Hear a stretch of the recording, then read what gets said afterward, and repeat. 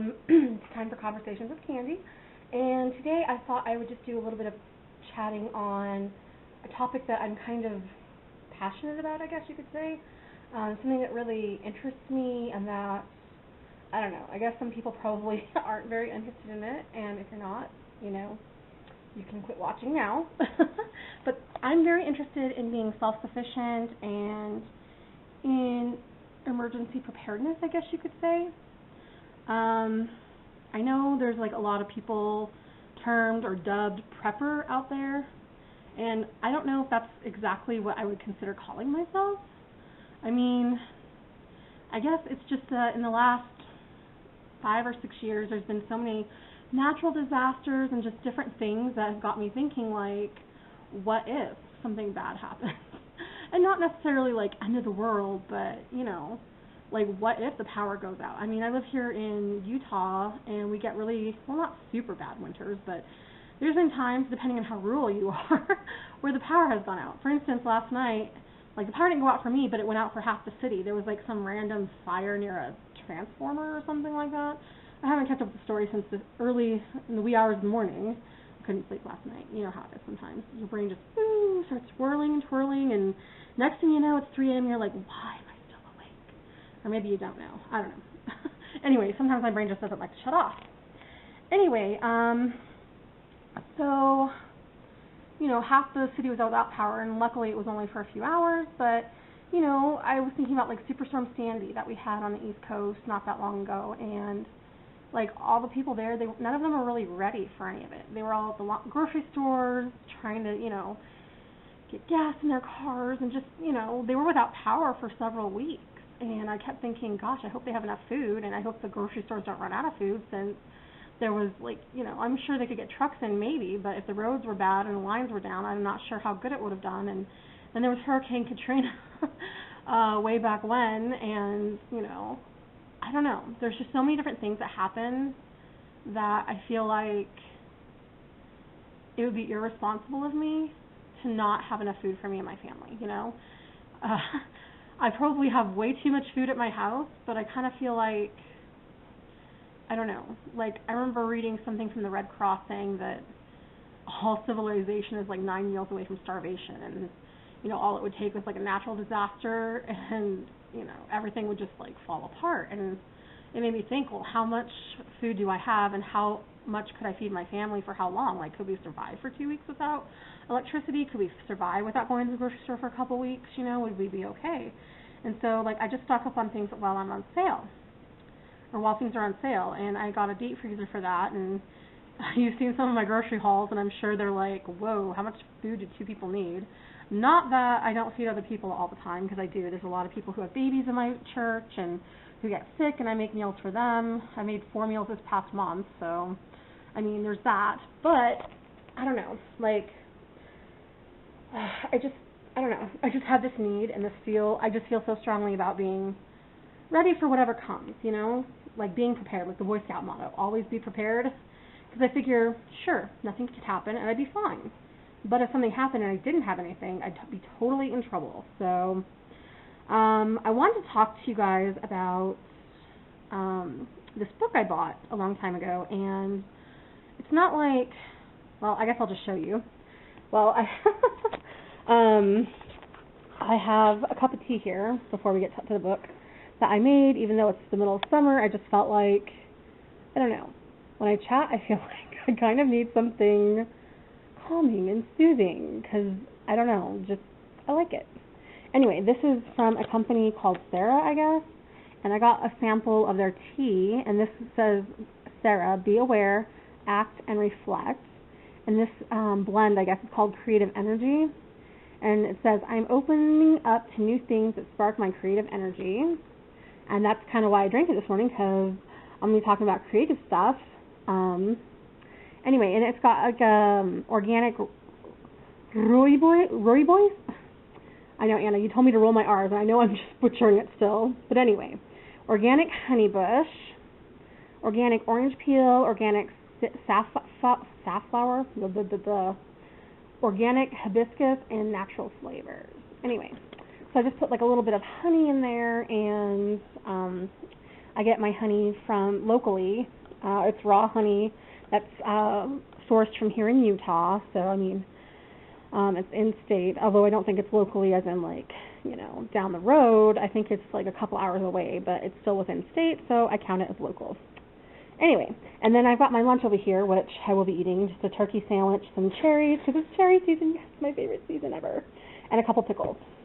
Anyway, back to this book. This is called Self-Sufficiency, and it's edited by Abigail R. Gehring, and it's just a guide that has baking, carpentry, crafts, organic gardening, preserving your harvest, raising animals, and so much more. And it's not like the book, like a typical book that you would read, as in like a pleasure book, I guess you could say. But I like books like this quite often. Like, it's weird. I like cookbooks and things like that because, I don't know, I feel like I'm learning something from it. And although I don't read it like cover to cover, although sometimes I do like looking at the pictures, I feel like it's really good to have this kind of information for when I want it or need it. Like, as of right now, As of right now, my husband and I, we rent, and we don't really have space for a garden, so that's not something we really do in our lives, even though I would like to do that. I'd actually like to raise honeybees. I know that sounds kind of crazy and weird, but I don't know. I just think it's kind of cool, and I know that they have classes around here on how to do that, but I don't feel like that's something I can really do until we get a place of our own, and I have space to do that and things like that. But I just thought that would be so neat to raise honeybees and get honey wax or the beeswax and have honey, and I don't know. Maybe it's just like weird of me or romantic of me. I don't know. Just something I want to do. But one of the sections I'd really like to show you. Oh, there's some bread, and that's not the section I want to show you. It takes me a minute to get there. Oh, and they got stuff about canning here too, which I'm really into canning. I'm not. Like, I do can with friends, like, once a year. I have some friends. We go around to various people. Like, sometimes we'll be just driving around Provo or, you know, here in Utah, and we'll see fruit trees that are just, like, fruit is falling off of them. Like, no, either the people can't eat it fast enough or they just don't eat it at all. And so we'll try to get as much free fruit as possible, and then we'll take it and can it.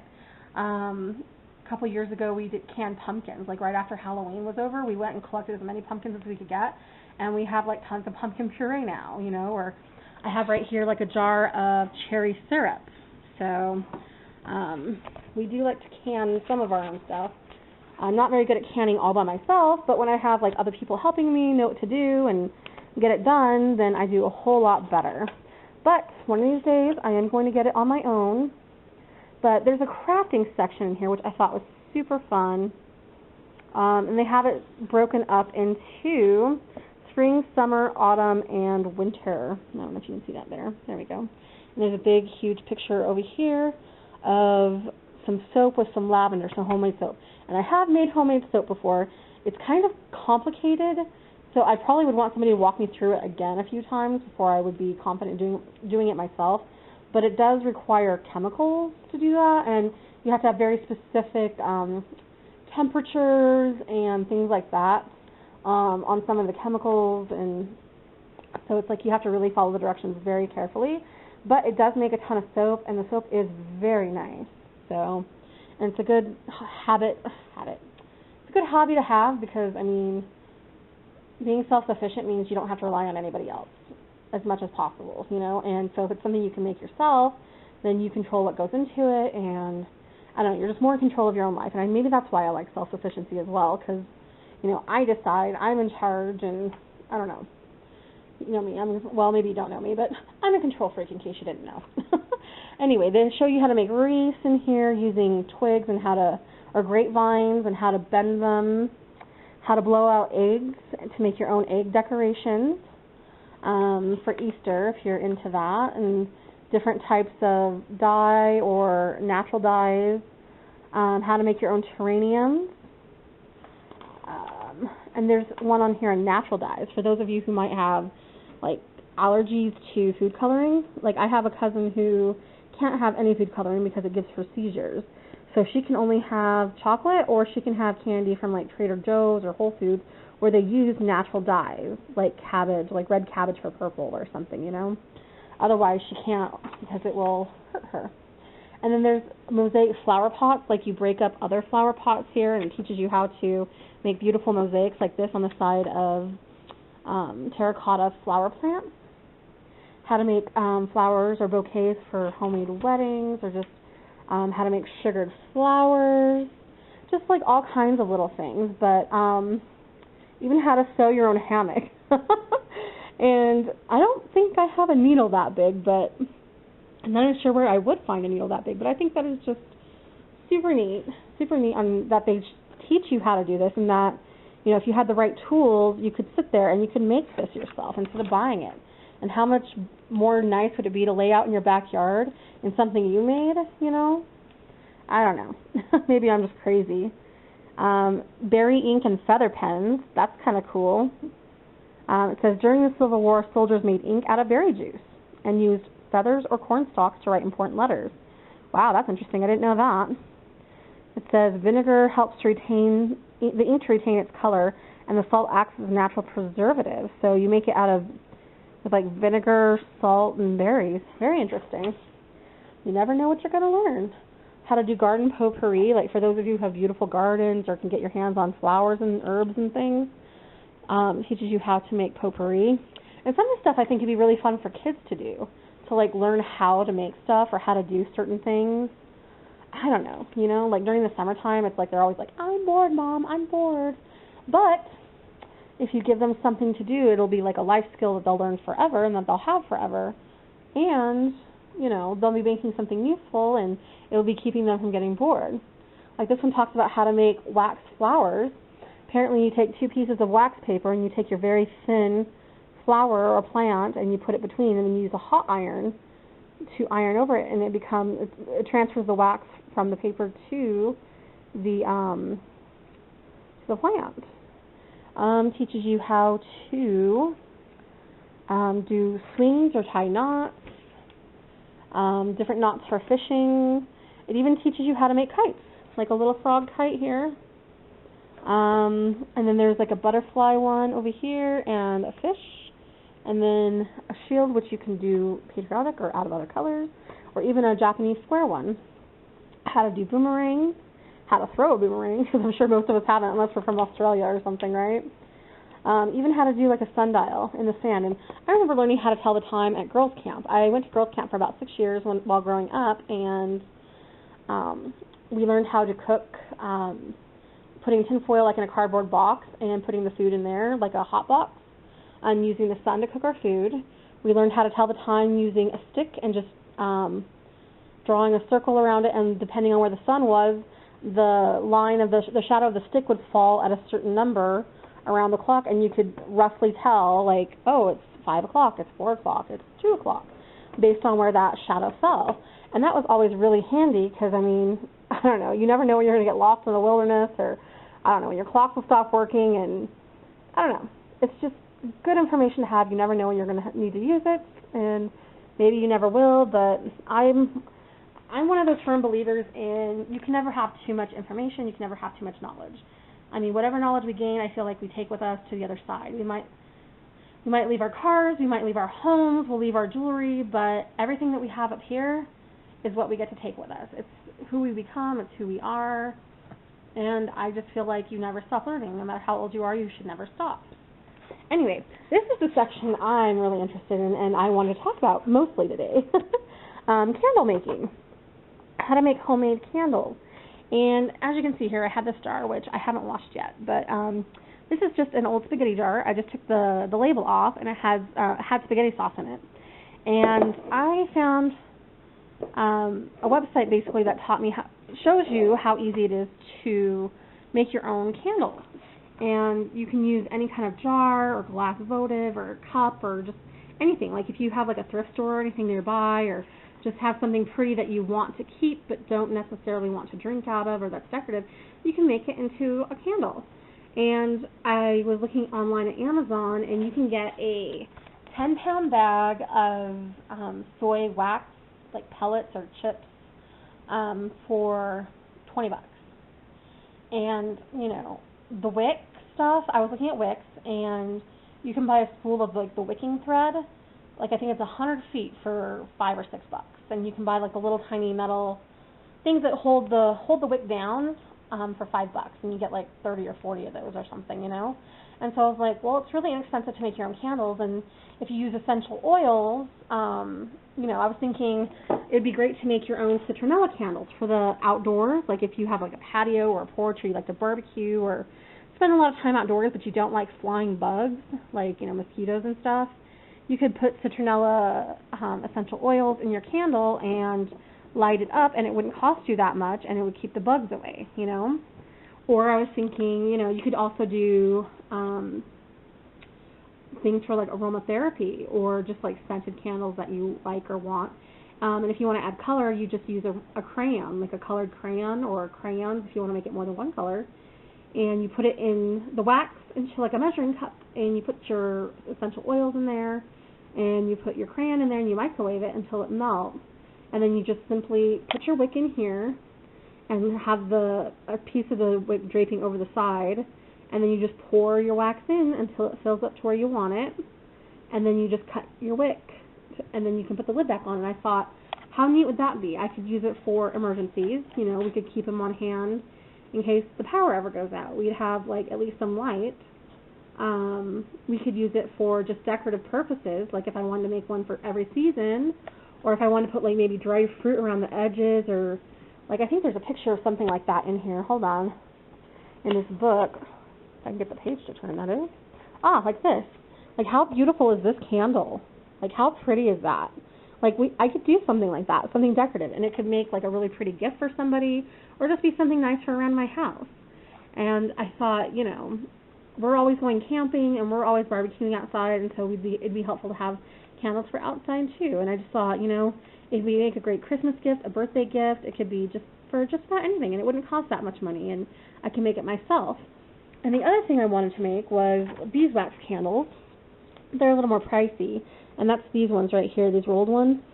But they're so pretty and so like homemade, and I don't know, I like the beeswax design, like the little honeycombs, and they're just really pretty to me. And so I looked online, and it's a little more expensive to get the beeswax, but they sure are pretty, and they would make such a nice presentation gift, you know?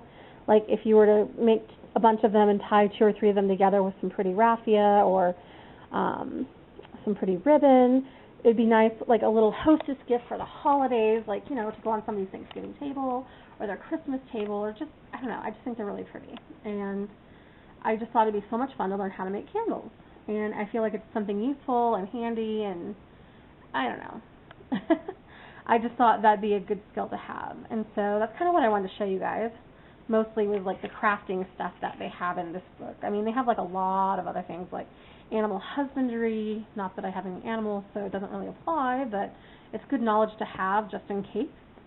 And like how to build things like geothermal stuff or windmills.